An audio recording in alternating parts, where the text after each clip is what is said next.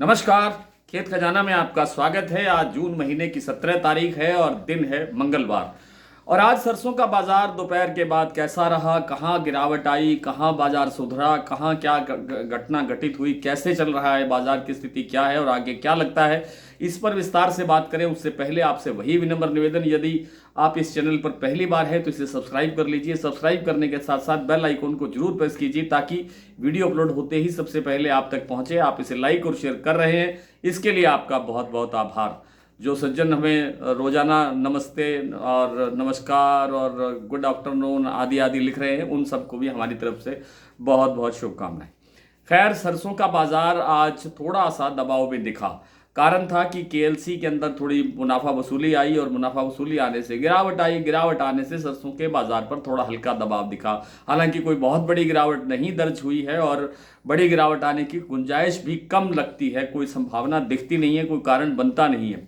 और क्योंकि सरसों के तेल का जो लेवल है वो एक स्टेबल स्थिति पर बना हुआ है और उसमें जो पिछले 2-3 दिनों के अंदर या 4 दिनों के अंदर जो सुधार हुआ था उसमें गिरावट नहीं आई है। हालांकि सोया और पाम तेल के अंदर आज गिरावट दर्ज हुई है और उसके बावजूद सरसों तेल में गिरावट नहीं है। इसका मतलब ये है कि सरसों तेल का उत्पादन जो है वो बहुत कम है, धीमे है और क्रशिंग सरसों की घटी है।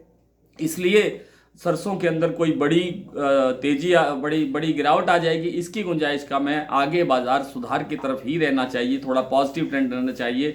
लेकिन आप जानते हैं कि जून और जुलाई के अंदर कोई बाजार में कोई बहुत बड़ी हलचल नहीं होती है। बाजार थोड़ा थोड़ा घटता है, थोड़ा थोड़ा बढ़ता है और थोड़ी गड़बड़ के साथ एक निश्चित दायरे के अंदर कारोबार करता है। और जैसे जैसे हम अगस्त की तरफ बढ़ेंगे तब बाजार के अंदर थोड़ा सुधार, अच्छा सुधार देखने को की संभावना लगती है अभी से। और कारण आप सब जानते हैं, सब उत्पादन हमारा कम है और जो विदेशी तेल है उनके अंदर भी अब कोई ज़्यादा मंदा लगता नहीं है। बाजार ठीक ठाक स्थिति में चलने की पोजीशन में है। और अगर यदि जो भू राजनीतिक तनाव है अगर ये और बढ़ते हैं, जिस तरह से अभी भी थमा नहीं है मामला, इजराइल और ईरान का जो युद्ध चल रहा है उसमें अभी कोई संकेत नहीं है थमने के, लेकिन कभी न कभी तो ये समय आता ही है कि युद्ध करने वाले देशों को, लोगों को पीछे हटना ही पड़ता है एक समय निश्चित अवधि के बाद में। तो खैर, कुल मिलाकर के बाजार में मंदे की संभावना नहीं है, बाजार स्टेबल चल रहा है। गोयल कोटा का भाव 6650 रुपये पर स्थिर है और जो दूसरे प्लांट हैं उनके अंदर भी लगभग स्टेबल है बाजार। बीपी गोयल, बीपी जो आगरा का प्लांट है, बीपी आगरा, और जो आपका जो शारदा का प्लांट है वहाँ 25-25 रुपये की गिरावट हुई है। सलोनी प्लांट सुबह 7400 रुपये पर स्टेबल खुला था, लेकिन कुछ देर के बाद में वहाँ भी 25 रुपये की गिरावट दर्ज हुई। 25 रुपये के आसपास भरतपुर मंडी का भाव भी आज कमजोर खुला। कल भाव था 6451 रुपये, आज भाव खुला 6425 रुपये। और जयपुर का भाव बिल्कुल 6800 रुपये पर स्टेबल है, 6800 पर। और चरखी दादरी दिल्ली लाइन पर भी बाजार कमजोर नहीं हुआ है, लेकिन बाजार बढ़ा भी नहीं है। इसका मतलब है कि बाजार स्टेबल है। दूसरी मंडियों के अंदर भी स्थिति लगभग यही बनी हुई है, बाजार में गिरावट नहीं है और गिरावट आने की संभावना भी कम लगती है। आइए कुछ मंडियों और कुछ प्लांटों के भाव देख लेते हैं। आज जैसा मैंने अभी आपको बताया कि सलोनी प्लांट के अंदर थोड़ी सी गिरावट 25 रुपये की आई है और अब जो भाव है सलोनी प्लांट में, शमशाबाद और दिग्नेर और अलवर, इन तीनों प्लांटों में भाव है 7375 रुपये, जो सुबह 7400 रुपये था। कोटा प्लांट में भाव है 7325 रुपये और शारदा प्लांट में और बीपी आगरा प्लांट में भाव रह गया है 7125 रुपये, जो सुबह 7150 रुपये था। गोयल कोटा का भाव 6650 रुपये पर स्टेबल है।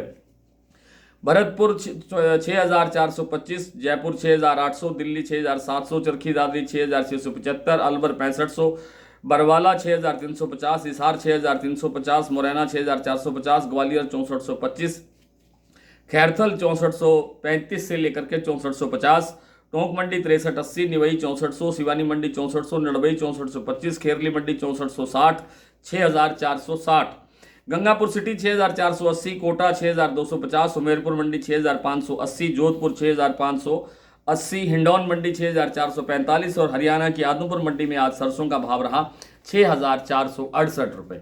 आज इतना ही, कल आपसे फिर मुलाकात होती है, तब तक के लिए नमस्कार।